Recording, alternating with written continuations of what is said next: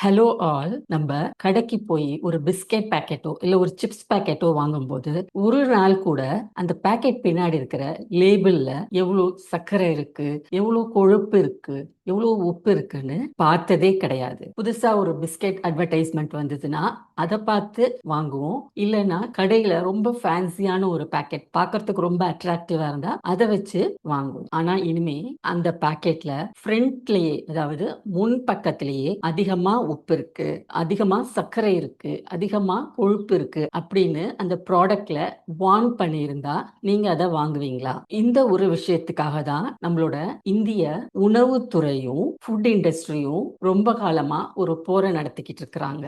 இந்தியாவுல சர்க்கரை நோயும் உடல் பருமனும் ஒரு தொற்று வியாதி போல வேகமா பரவிட்டு இருக்கு.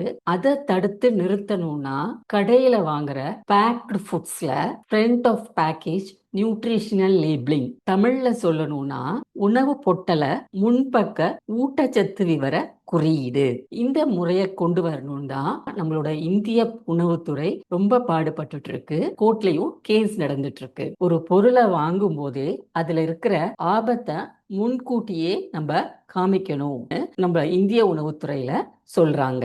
ஐசிஎம்ஆர் என்ஐஎன்ல பரிந்துரைக்கிற இந்த 3 முறைகள் என்னன்னா, முதல்ல வார்னிங் லேபிள்ஸ் அப்படின்னு சொல்றாங்க. இது டிராஃபிக் சிக்னல் மாதிரி. மொத்த கெலோரிகள்ல 10% மேல கொழுப்பு இல்ல சர்க்கரை இருந்துச்சுன்னா அந்த பாக்கெட் மேல சிவப்பு நிற வார்னிங் லேபிள் இருக்கணும். இது நேரடியா எச்சரிக்கை கொடுக்கும். அடுத்தபடியா நியூட்ரி ஸ்கோர். இந்த ஸ்கோர் பார்த்தீங்கன்னா ஏலேருந்து இ வரைக்கும் இருக்கும். ஏங்கிறது டார்க் பச்சை நிறத்திலையும், ஈங்கிறது டார்க் ஆரஞ்சு நிறத்திலையும் இருக்கும். டார்க் கிரீன்ல இருக்கிற உணவு ரொம்ப ஹெல்த்தியானது, அதுவே டார்க் ஆரஞ்சா இருக்கிறது ரொம்ப அன்ஹெல்த்தியான ஃபுட்னு அர்த்தம். மூணாவதா ஹெல்த் ஸ்டார் ரேட்டிங் 5 புள்ளியிலேருந்து 5 ஸ்டார் வரைக்கும் இருக்கும். அதிக ஸ்டார் இருந்தா அது ஆரோக்கியமான உணவுன்னு அர்த்தம். உணவு நிறுவனங்கள் இந்த குறியீடெல்லாம் போடுறதுக்கு ஏன் தடையா இருக்காங்கன்னா, முதல்ல இந்த லேபிள் எல்லாம் போடுறது 100 கிராம் அளவுக்கு போடுறோம். உதாரணத்துக்கு இப்ப நம்ம கடையில ஒரு ஜாம், ஊறுகாய் அதெல்லாம் வாங்குறோம். அப்ப 100 கிராம் ஜாமுக்கு எவ்வளவு சர்க்கரை இருக்குன்னு போட்டிருப்போம். 100 கிராம் ஊறுகால எவ்வளோ உப்பு இருக்கு, எவ்வளோ எண்ணெய் இருக்குன்னு போட்டிருப்போம். அது ரொம்ப அதிகமான அளவுல காட்டும். ஆனா நம்ம ஒரு நாளைக்கு சாப்பிட போற ஊறுகாயோ ஒரு 10 கிராம் தான் இருக்கும். ஜாம் எடுத்துக்கிட்டா ஒரு 20 கிராம் தான் இருக்கும். அப்ப நம்ம கம்மியான அளவுல தான் சாப்பிட்றோம். ஆனா இத ஜனங்க 100 கிராமுக்கு பார்க்கும்போது ரொம்ப அதிகமா இருக்குன்னு வாங்குறதுக்கு பயப்படுவாங்க.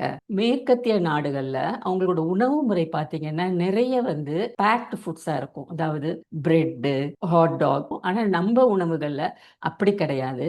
நம்ம அதிகமா சாப்பிடுறது ரொட்டி, சப்பாத்தி, இட்லி, தோசை. அதனால நமக்கு ரொம்ப பாதிப்பு இருக்காது. மூணாவதா சிறு நிறுவனங்களால உடனே தயாரிப்பு முறைய மாத்த முடியாது. இது வியாபாரத்தை ரொம்ப பாதிக்கும் அப்படின்னு உணவு தயாரிக்கிற நிறுவனங்கள்ல வாதாடுறாங்க. இதுக்கு நம்மளுடைய நிபுணர்கள் என்ன சொல்றாங்கன்னு பாத்தீங்கன்னா, உப்பு சர்க்கரை அதிகமா இருந்தா அது ஆபத்து தான். 10 கிராம் சாப்பிட்டாலும் சரி, 100 கிராம் சாப்பிட்டாலும் சரி, அதுல இருக்கிற அளவு மக்களுக்கு அவசியம் தெரியணும் சொல்றாங்க.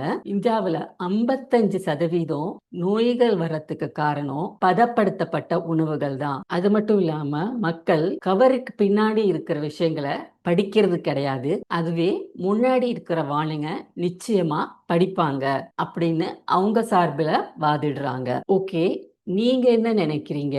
நம்மளோட ஆரோக்கியம் முக்கியமா இல்ல கம்பெனிகளோட லாபம் முக்கியமா?